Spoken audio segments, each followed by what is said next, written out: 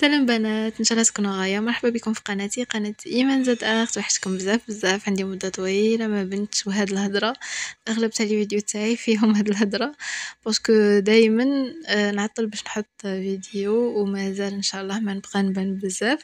بصح نتفكركم خطرة على خطرة باي حاجة نديرها، مش مشروط تكون واو، وعلى حساب واش يكون داك الوقت. كيما دروك ان شاء الله غادي ندير شويه كاطو لعيد الاضحى، غادي نسيي نبارطاجي معكم بعض الوصفات كيما الوصفه تاع اليوم اللي هي وصفه ريش بونت غنية عن التعريف.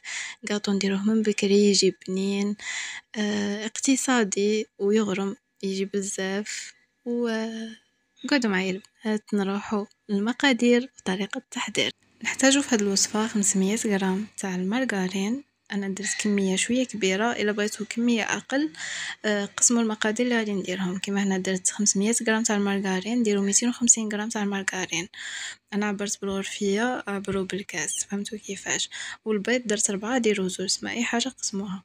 المهم درت 500 غرام تاع المارغرين، غرفيه نتاع سكر، 4 تاع بيضات كاملين، ونص غرفيه نتاع الزيت،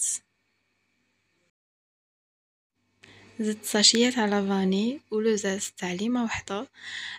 لا روم تاع نوات كوكو تقدروا ديروه وتقدروا تستغناو عليه، وخلطوا مليح دوك المكونات تحسوا داك المارغرين والسكر دابو.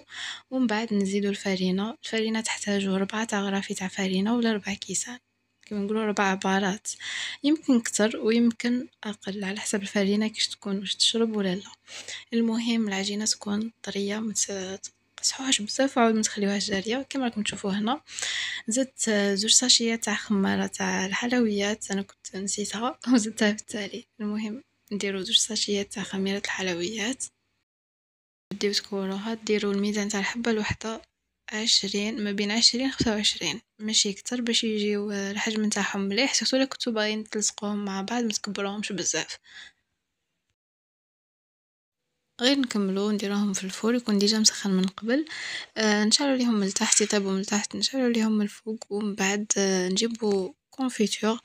الا درتو 500 غرام تحتاجو 2 تاع علب كيما هادو اللي صورت. الا كان علبة صغيرة تحتاجو 2، سينو شريو الكبيرة.